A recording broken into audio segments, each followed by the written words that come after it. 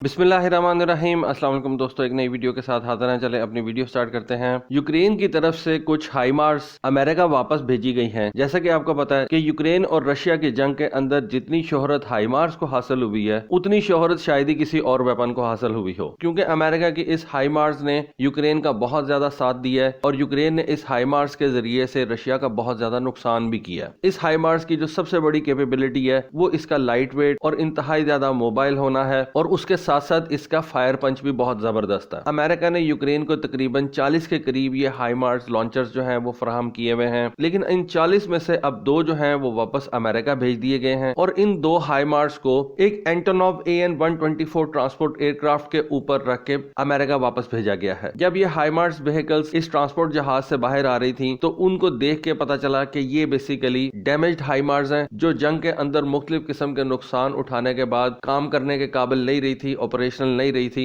और जैसा कि हम देख सकते हैं कि अब इनको वापस अमेरिका भेज दिया गया। इससे हम सेफली ये कह सकते हैं कि इन डैमेज्ड हाइमार्स का यूक्रेन के अंदर एज सच कोई इलाज नहीं था। न सिर्फ यूक्रेन के अंदर बल्कि आप कह सकते हैं कि पूरे यूरोप के अंदर इन डैमेज्ड हाइमार्स को रिपेयर करने की कोई फैक्ट्री या वर्कशॉप जो है वो मौजूद नहीं है, और इनको यूक्रेन को वापस अमेरिका सेंड करना पड़ा। और अमेरिका पहुंचने के बाद इनकी जो तस्वीर है वो इंटरनेट के ऊपर वायरल हो चुकी हुई है। ये जो M142 हाइमार्स है इसको एक 6x6 के ट्रक के ऊपर रख के इस्तेमाल किया जाता है। इसके एक लॉन्चर के अंदर 6 पॉड्स हैं, 6 रॉकेट इसके अंदर जो है वो आप रख के एट ए टाइम फायर कर सकते हैं। इसके लॉन्चर से मुख्तलिफ किस्म के गाइडेड रॉकेट्स जो है वो फायर किए जा सकते हैं। इन रॉकेट्स की डिफरेंट रेंजेस हैं। ज्यादातर रॉकेट जो इस हाइमार्स के अंदर इस्तेमाल किया जाता है उसकी रेंज आप 80 से 90 किलोमीटर जो है वो कह सकते हैं। अब ये जो 2 M142 व्हीकल्स अमेरिका वापस भेजी गई हैं, इनके अंदर देखा जा सकता है कि एक के सामने वाले हिस्से पे तो व्हाइट क्रॉस जो है वो हमें नजर आ रहा है। अब ये जो बेसिकली व्हाइट क्रॉस होता है ये ज्यादातर हॉस्पिटल्स के लिए इस्तेमाल किया जाता है, लेकिन हाइमार्स ने कौन से हॉस्पिटल में जाना था। लेकिन एनीवे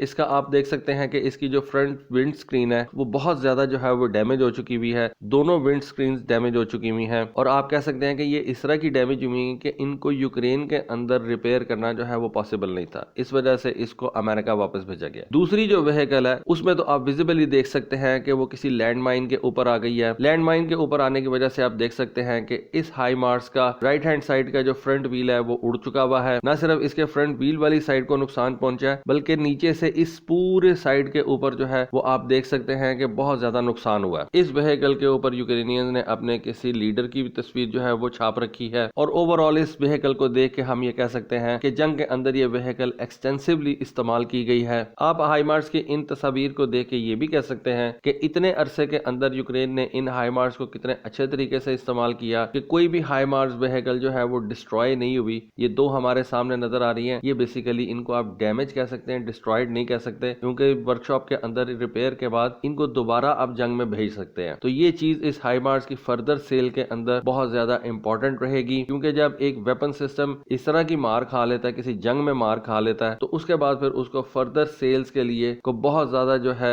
वो चीजें प्रूव नहीं करनी पड़ती। क्योंकि जब एक वेपन सिस्टम जंग में आ जाता है ना, और जंग में इतनी देर 2-3 साल उसको हो जाते हैं और वो अपने आप को प्रूव कर लेता है, तो फिर जो दूसरे बायर्स होते हैं वो ज्यादा सवालात नहीं करते, क्योंकि उनके सामने एक तो डाटा होता है, इस वेपन सिस्टम की परफॉर्मेंस होती है, और उनको डिसीजन लेने में बहुत ज्यादा आसानी हो जाती है कि इस वेपन सिस्टम को परचेज किया जाए या नहीं। तो दोस्तों ये कुछ तस्वीर मेरी नजरों के सामने से गुजरी थी, सोचा इनका एनालिसिस आपके साथ शेयर करूं। होपफुली आपको आज की वीडियो, आज की इन्फॉर्मेशन पसंद आई होगी। कमेंट सेक्शन में अपनी राय से जरूर आगाह कीजिएगा। आज के लिए बस इतना ही। Thank you. Allah Hafiz.